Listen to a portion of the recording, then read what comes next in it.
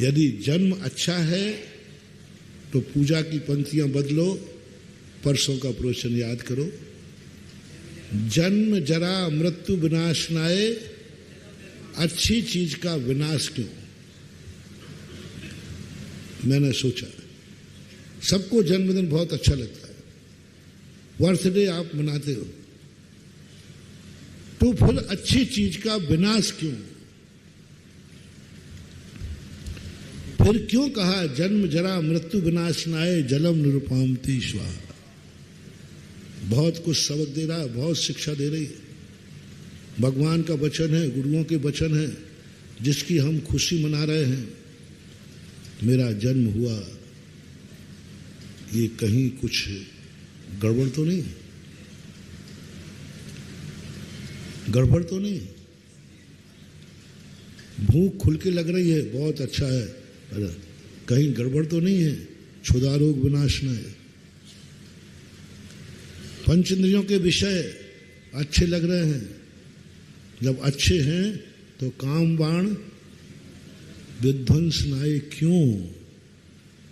अच्छे का कभी विध्वंस नहीं किया जाता, अच्छे का कभी नाश नहीं किया जाता है। पकड़ो, समझो समझो, बहुत बारीक बात महानुभाव, समझो समझो। ये जन्म कहीं हमारे पूर्व के किए हुए अपराध की सजा तो नहीं है। कहीं ये सजा तो नहीं है। यदि जन्म अच्छा होता तो पूजा में इसका नाश नहीं किया जाता। नाश करना बता रहा है कि हम समझ रहे हैं अच्छा है और ये जन्म सजा है। नकुल और सहदेव,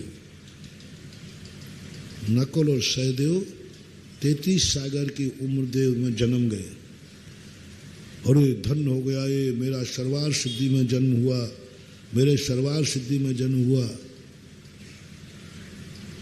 जनवाणी हंसती है, बावला कहेगा। सर्वार सिद्धि में जन्म नहीं हुआ है, तुझे 33 सागर का जेल हुआ है अपराध का। नहीं तो तू तो मोक्ष के लिए, बोल मुनि काय के लिए बना था, मोक्ष जाने के लिए। तो मोक्ष क्यों नहीं गया। तूने राग कर लिया ना, तूने अपना राग नहीं किया, इतना राग किया कि इन बड़े बड़े महाराजों को, क्योंकि सबसे ज्यादा दुख दुश्मन दे रहा था भीम को, युधिष्ठिर को, अर्जुन को, क्योंकि वही उसके बैरी थे। सबसे ज्यादा दुख उन्हीं को दे रहा था। नकुल सहदेव को भाव आ गया, ये दुष्ट कितना सता रहा है, कितना कष्ट होगा। बस उसी समय आयु बंद हुआ और 33 सागर का जेल। बोलो सर्वार सिद्धि मिलना पुण्य का उदय है कि नहीं। महान पुण्य, महान पुण्य। लेकिन वो पुण्य भी जेल है। नरक मिलना तो जेल है ही, उसके लिए तो सब जानते हैं। लेकिन सर्वार सिद्धि मिलना ये भी जेल है। 33 सागर के लिए मोक्ष जाने से बंदेज कर दिया गया, तुम नहीं जाओगे, 33 सागर जेल में डाल दिया। इसलिए सर्वार सिद्धि के देवता जन्मदिन नहीं मनाते। कोई देवता अपना जन्मदिन नहीं मनाता। सर्वार सिद्धि के देव सबसे ज्यादा पुण्यात्मा, क्या चीज मिली है उनको, ऐसा वैभव मिला बहुत बड़ा। लेकिन वो देवता कभी जन्म जयंती नहीं मनाते अपनी। क्यों। वे जानते हैं, तत्वज्ञानी हैं, द्वादशांग के पाठी हैं। बोले ये देखने में आ रहा है कि अच्छा है, ये तो सजा मिली है मुझे, सजा 33 सागर की सजा। पुण्य को सजा मान लें, पुण्य को बेड़ी मान लें। पुण्य कर्म के उदय से जो हमें मिला है उसको लोग बंधन मान लें। यही तो समय सार में कहा था, सोने की बेड़ी और लोगों ने क्रियाओं में लगा दिया। पुण्य की क्रिया और धर्म की क्रिया, अधर्म की क्रिया वो कर्म के संबंध में थी कि तू पुण्य पे मत उतरा। पुण्य कर्म भी तुझे बांधता है, पाप कर्म भी बांधता है। एक नरकों में ले जाता है, एक स्वर्ग में ले जाता है। मोक्ष से तो दोनों रोक देते हैं, चाहे सोने की बेड़ी हो या बंधन की अपेक्षा। एक पुण्य से उदय में, बहुत पुण्य के उदय में आ जाए, उसको तुमने सजा मानी। एक बार मैंने कहीं कहा था कि एक व्यक्ति मंदिर आना चाह रहा है, उसी समय एक ग्राहक आ गया, या तुम्हारा धन महाराज जी मैं सुबह से मंदिर नहीं आ सकता। बोले क्यों? महाराज जी आप समझो मेरा व्यापार बहुत चलता है, सुबह उठ के ही चलता है, मैं हंस जाता हूँ, इसका पुण्य इसका नाश करेगा। क्योंकि जिस पुण्य कर्म के उदय से धर्म बाधित हो, बस वही पुण्य तुम्हारे विनाश का कारण बनेगा। मोटिवेशन मान लो, मंत्र मान लो। कौन है तुम्हारा बैरी, कौन है तुम्हारा?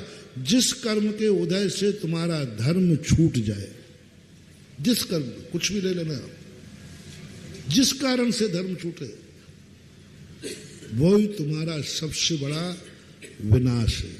सबसे बड़े, उसी दिन मान लेना अब मेरा विनाश होना निश्चित है।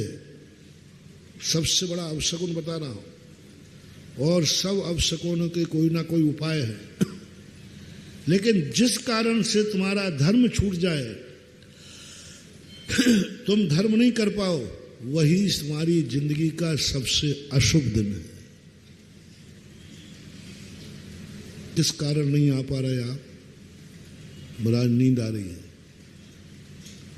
नींद ने तुम्हें मंदिर छुड़ा दिया, वो नींद तुम्हें सुख नहीं दे रही है, वो नींद तुम्हारा नाश करने के लिए आई है। तुम मंदिर आ रहे थे, उसी समय तुम्हारे रिश्तेदार आ गए, ब्याई जी आ गए, आ ही रहे थे, बिल्कुल नियरेस्ट तुम्हारा रिश्तेदार है। यदि तुम मंदिर चले गए तो वो बुरा मान जाएगा। अब आप क्या करोगे? बिल्कुल नया है रिश्तेदार, अभी तुम प्रवचन सुनने आ रहे थे और तुम्हारे घर में रिश्तेदार आ गया और नियरेस्ट है, और तुम यदि चले गए तो वो बुरा मान जाएगा। अब आप क्या करोगे? नहीं, 90% रुक ही जाएंगे, 90% रुक जाएंगे। अरे एक दिन महाराज का प्रवचन नहीं सुनेंगे, क्या फर्क पड़ता है? वो भी कह देगा भैया रोज को प्रवचन सुनने जाते हो, मैं कितने दिन में आया हूं आपके यहाँ, रोज को तो मंदिर जाते हो। समझ लेना ये पूर्व भव का बैरी आया है। कुछ भी नहीं कहेगा तो भी तुम रुक गए उसके कारण से, उसके कारण से तुम रुक गए हो। वो पूर्व भव का बैरी है, ध्यान रखना।